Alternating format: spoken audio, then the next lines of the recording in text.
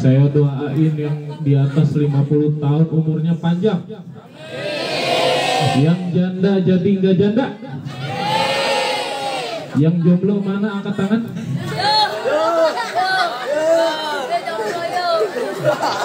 Masih sekolah jomblo. Yang usia 25 tahun ke atas belum nikah mana angkat tangan? Yang belum nikah mana? Belum nikah?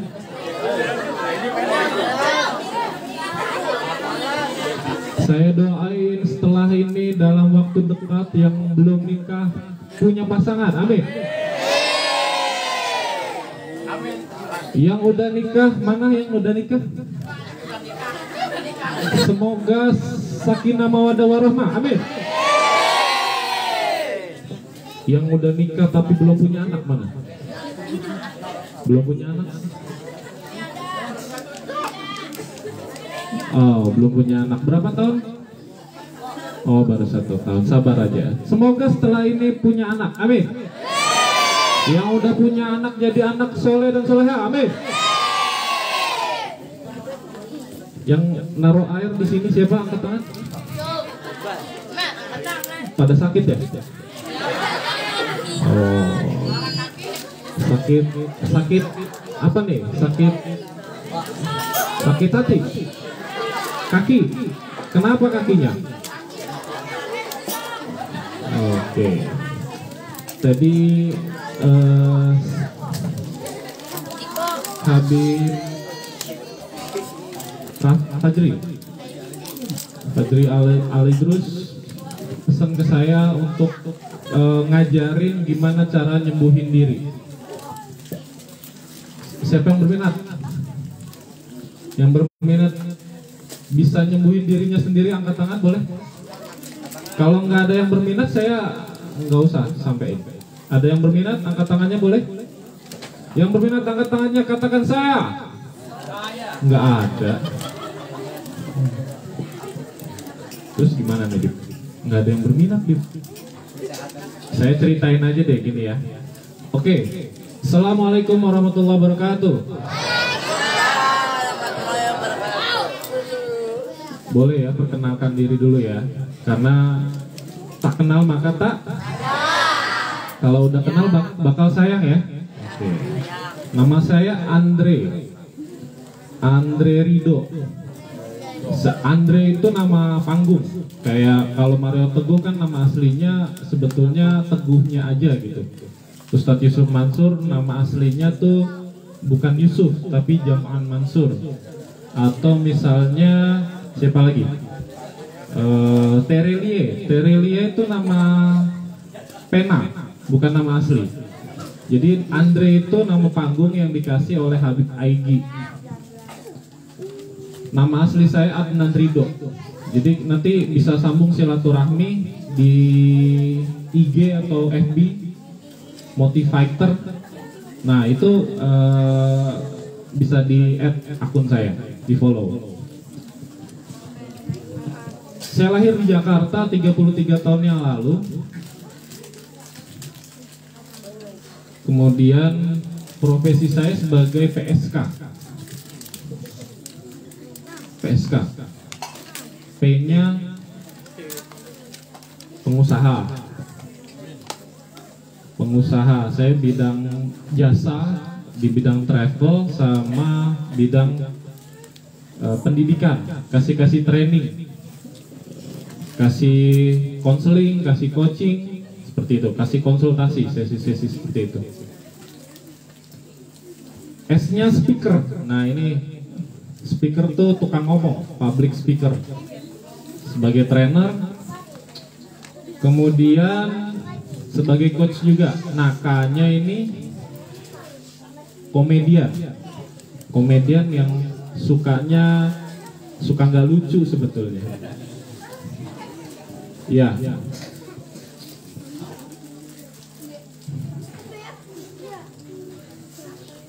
Jadi awal mulanya gini, 2010 saya tuh resign. Kenapa resign dari tempat kerja terakhir?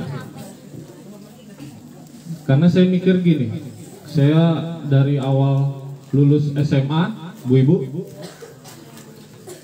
itu kerja kan, terus kemudian ambil kuliah. Saya mikir, hidup saya kok gini-gini mulu ya. Kalau begini-begini mulu, akhir bulan terima gaji, pertengahan bulan udah habis. Ada istilahnya tuh, apa tuh namanya? P16. Tahu nggak P16? Pergi pagi, pulang petang, penghasilan pas-pasan, potong pajak, potong pengeluaran, pala puyeng, pantat pegal-pegal, prikipiu. Nah, itu P16 tuh. Saya apa enggak? Ya pokoknya itulah ya, nggak bisa diulang. Ada sekitar 5 tahun tuh saya jalanin fase itu, Pak. Saya kan pengen maju gitu hidup ya. Bapak-bapak pengen maju kan hidupnya? Jadi orang sukses pengen kan? Akhirnya saya resign, beraniin diri itu, resign. Dulu saya kerja terakhir sebagai kurir. Walaupun gajinya waktu itu di atas rata-rata UMR, tapi tetap aja kalau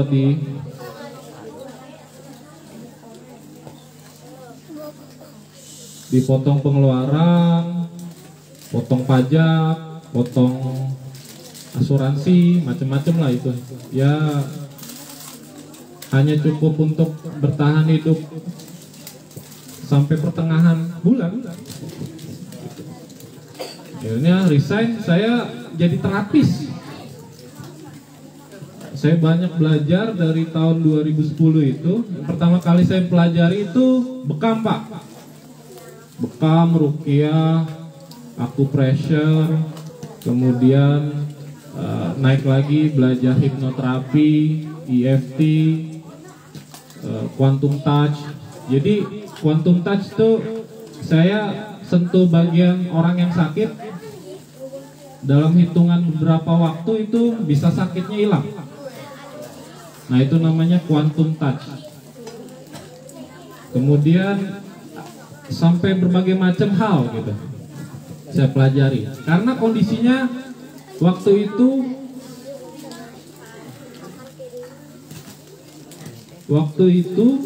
2010 saya nikah, istri saya ternyata kesehatannya drop, kena kanker leukemia. Tahu leukemia? Apa? Kanker darah, sel darah putih. Jadi itu badan pada sakit semua sepanjang hari, nggak bisa capek, suka mimisan, badannya bintik-bintik merah tuh, ya kan? Rambut rontok, nggak nafsu makan. Gimana ceritanya tuh? Mau sembuh tapi nggak nafsu makan. Jadi semua tugas rumah tangga mau nggak mau saya ambil alih tuh, ya kan? Tapi untungnya sayanya orangnya cerdas. Asik ya, cerdas. Jadi urusan baju kotor saya taruh di laundry, ya kan? Asik gak tuh? Cerdas kan? Iya. Karena saya hitung-hitung deterjen, listrik, nyetrika, air, beda dikit doang. Kasih aja rezeki ke orang lain biar kerjain.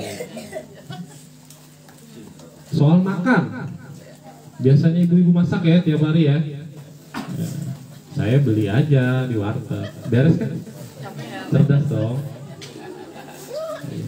Hitung-hitung beli sayur, beli ikan, beli ayam, beli ini, beli itu, beli bumbu-bumbu. Nggak efisien, mendingan beli. Kasih rezeki orang lain biar masak, kasih untung dikit, nggak seberapa ya udah. Kita makan, tinggal makan. Urusan apa lagi? Nyapu ngepel? Ya bisa lah saya ngerjain gitu kan. Gitu. Proses akhirnya 2014 sembuh. Alhamdulillah. Total sembuh. tapi punya pasangan dengan kondisi fisik sakit, siapa yang bisa sabar? Bapak-bapak bisa sabar nggak? Yang ada ngomel mulu kayaknya ya, ngamuk ya, ceraiin istri, kabur ya. Di sini ada yang begini nggak? Ada nggak yang begitu? Nggak ada ya, mudah-mudahan nggak ada ya. Oke. Nah, ada salah satu teknologi penyembuhan yang saya dapat, namanya teknologi Ho'oponopono. Ho'oponopono. Pernah dengar Ho'oponopono? Ini teknologi dari Hawaii. Jadi ceritanya gini, saya kasih prolog. Ada seorang dokter dari Hawaii ditugasin, dia kebenaran dia punya posisi di PBB, Perserikatan Bangsa-Bangsa. Nah, kemudian di PBB dia ditugasin untuk bertugas di sebuah rumah sakit yang isinya narapidana kelas berat, penjahat semua tuh, bu ibu, yang ngebunuh, ngerampok, pengedar, apalagi, pokoknya penjahat kelas berat lah, gitu. Jumlahnya ada 200 orang tuh di rumah sakit itu. Tapi yang jadi masalah tambahan adalah rumah sakitnya rumah sakit jiwa. Jadi penjahatnya sakit jiwa. Bisa dibayangin ya. Semua petugas rumah sakit nggak pernah ada yang betah kerja di situ. Paling lama 2 bulan. Kenapa nggak betah?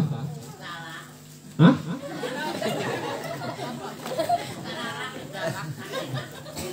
Oh, galak. Pasiennya galak. Oh iya. Ibu pernah ketemu orang sakit jiwa? Kok tahu galak? Oh, penjahat soalnya ibu ya. Iya.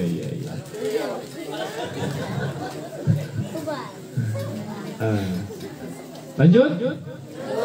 Oke, lanjut ya. Nah, singkat cerita, si dokter ini yang namanya Hewlett. Siapa namanya? Hewlett. Hewlett ini cowok ya, cowok. Hewlett ini cowok. Tugasin untuk nyembuhin ini pasien-pasien di rumah sakit tersebut. Tapi yang paling aneh adalah dia nggak pernah sekalipun pernah ketemu itu pasien. Nggak pernah apa? Nggak pernah ketemu sama tuh pasiennya. Sekalipun nggak pernah. Jadi yang dia lakukan apa? Tiap hari. Jadi dia punya catatan tuh, data pasien 200 orang. Tiap hari yang dia lakukan, ngeliatin tuh catatan pasien, selembar demi selembar. Dibuka catatannya tiap hari, gitu doang tuh.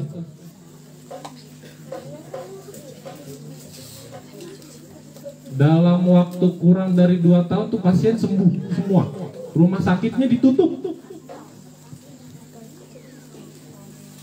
Masya Allah. Gimana tuh bisa sembuh begitu? Nggak pernah ketemu. Mau tahu nggak? Mau? Siapa yang mau angkat tangannya? Mau tahu? Oke. Jadi gini, konsepnya gini. Pertama, catat. Pertama ya, saya kasih tahu konsep pertamanya. Kita semua, baik yang ada di sini maupun yang ada di seluruh dunia, konsep pertamanya harus dipahami. Kita semua adalah satu, nggak terpisah.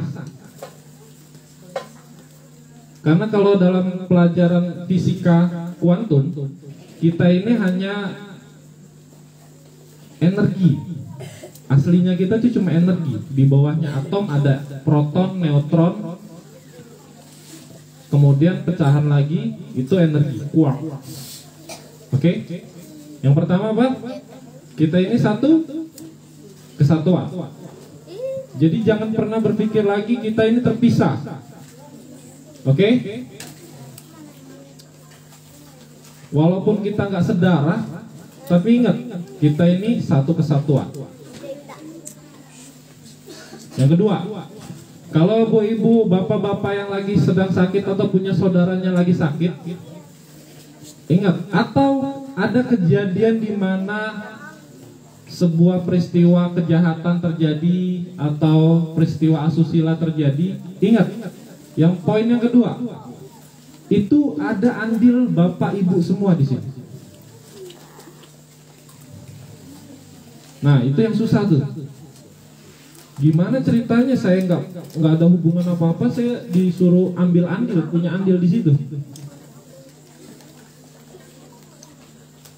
Tapi itu syaratnya kalau bapak ibu atau adik-adik nanti kalau nanti beranjak dewasa sakit, ingat-ingat baik-baik ini.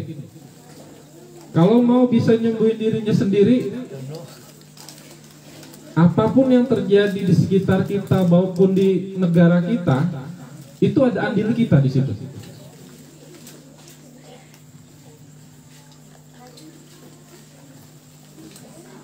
Ada andil siapa?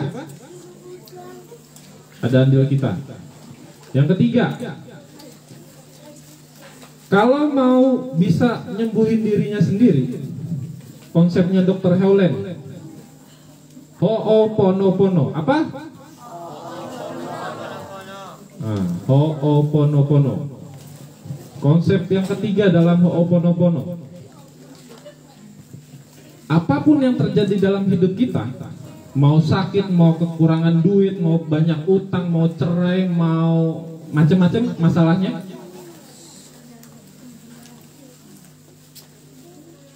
nggak boleh lagi mulai dari sekarang nyalahin orang lain. Kalau mau bisa nyembuhin dirinya sendiri, nggak boleh lagi nyalahin pihak luar. Itu adalah tanggung jawab Anda semua, tanggung jawab diri Anda sendiri.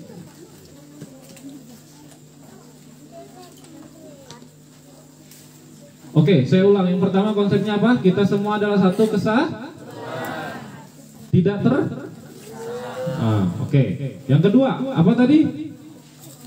Apapun yang terjadi di lingkungan kita, itu ada andil siapa? Ada andil kita. Itu bisa terjadi karena andil kita. Ada andil kita. Berat ya? Berat. Saya misal gini, istri saya sakit, saya kan baru kenal dia ya kan, terus saya suruh tanggung jawab saya sakit. Kalau pikiran laki-laki nggak cerdas kan, ngapain saya ngurusin dia, saya cari istri lain aja, gitu kan ya. Kalau yang nggak cerdas, kalau yang cerdas kan kayak Heulen. Oke, saya sudah ijab kabul kamu mulai sekarang adalah tanggung jawab saya. Itu laki-laki keren, gitu kan ya.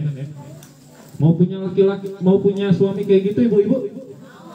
Nah, mulai sekarang apapun yang terjadi, sikap suami, ibu-ibu semua itu adalah ada andil ibu. Jadi kalau mau suami ibu berubah, ibunya berubah. Nangkep maksudnya? Ngerti maksudnya? Berat ya, nggak apa-apa, latihan. Sama kayak misalnya orang pengen punya perut six pack, kalau nggak pernah nge-gym kan nggak bisa tuh kebentuk perutnya kotak-kotak, ya. Si kentung, siapa si kentung? Sama kayak apa namanya? Korelasinya sama. Kalau bu ibu mau sembuh, ya harus latihan tuh, ambil tanggung jawab, wahai kaki, ya kan? Saya tahu mulai sekarang saya ambil tanggung jawab. Kepala saya suka pusing misalnya, oke, saya ambil tanggung jawab sepenuhnya, kepala saya ada andil saya gitu. Atau tetangganya misalnya tetangganya selingkuh misalnya, itu ada andil bapak ibu semua. Jangan nyalain orang lain.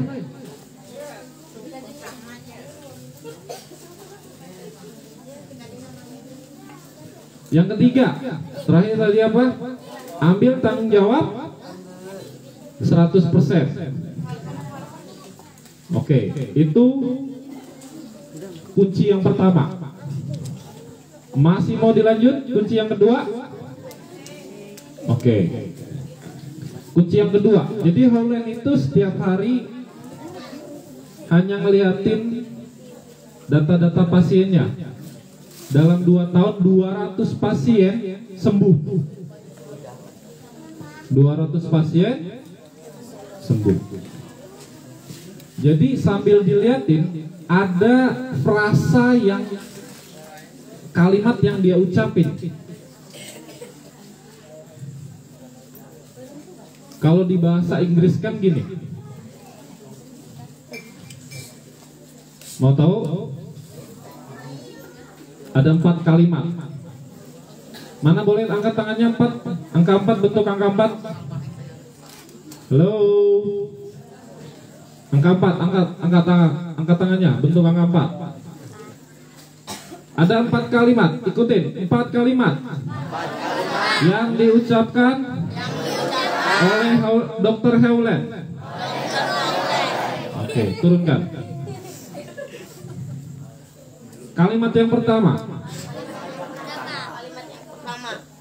Gak usah diikutin yang ini.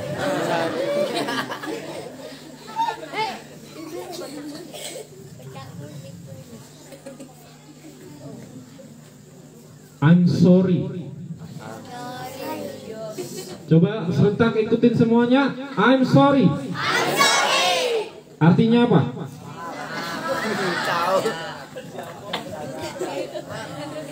Saya minta maaf. Bahasa Sundanya apa? Hampura. Ya, pokoknya kalau nggak bisa bahasa Inggris diganti bahasa Sunda, bebas. Oke? I'm sorry. Sorry. Oke. Yang kedua. Bu. Pak. Masih semangat? Oke. Yang kedua. Thank you. Apa? Kurang keras. Bahasa Sundanya apa?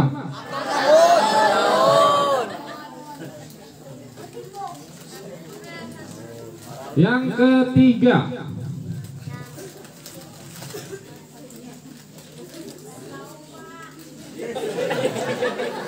Ya kan belum saya kasih tahu.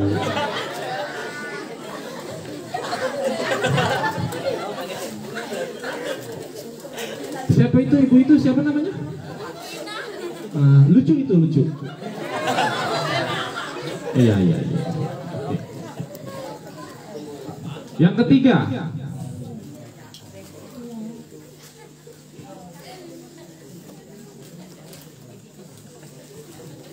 Please forgive me.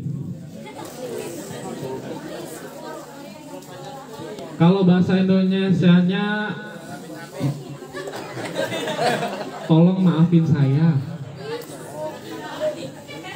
Bahasa Sundanya apa? Hah? Oh iya. Yang ketiga apa tadi? Please forgive. Sekali lagi, please. Satu kali lagi, please.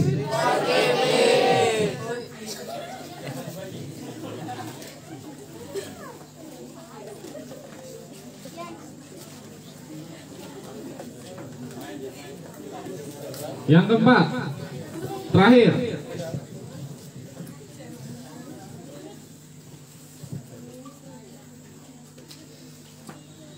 I love you.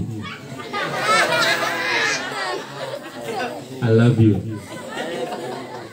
I love you. Sarang.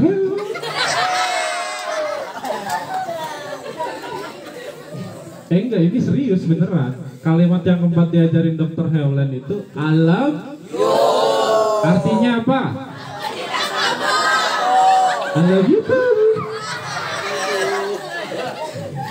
Oke. Jadi diulang yang pertama apa? Anso.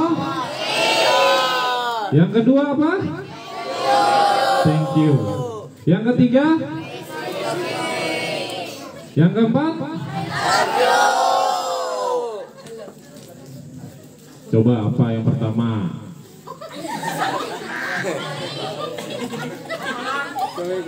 Mik, kasih mik.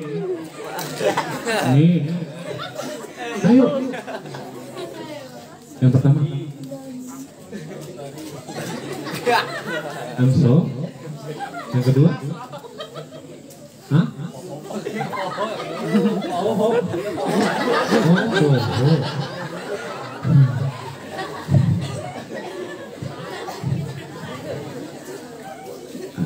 Poho ya. Oke, siap. Jadi empat frasa yang diulang-ulang oleh Hewlen selama 2 tahun, hanya melihat data pasien-pasiennya, ada fotonya memang, dengan masalahnya, rincian kejahatannya apa. Jadi dia ambil tanggung jawab, andil kenapa orang itu berbuat jahat, dia ambil tuh peran itu, sambil dia ucapin I love you, I'm sorry, please forgive me, thank you. I'm sorry, please forgive me, thank you, I love you. Boleh nggak berurutan, nggak apa-apa. Yang penting ingat, gitu.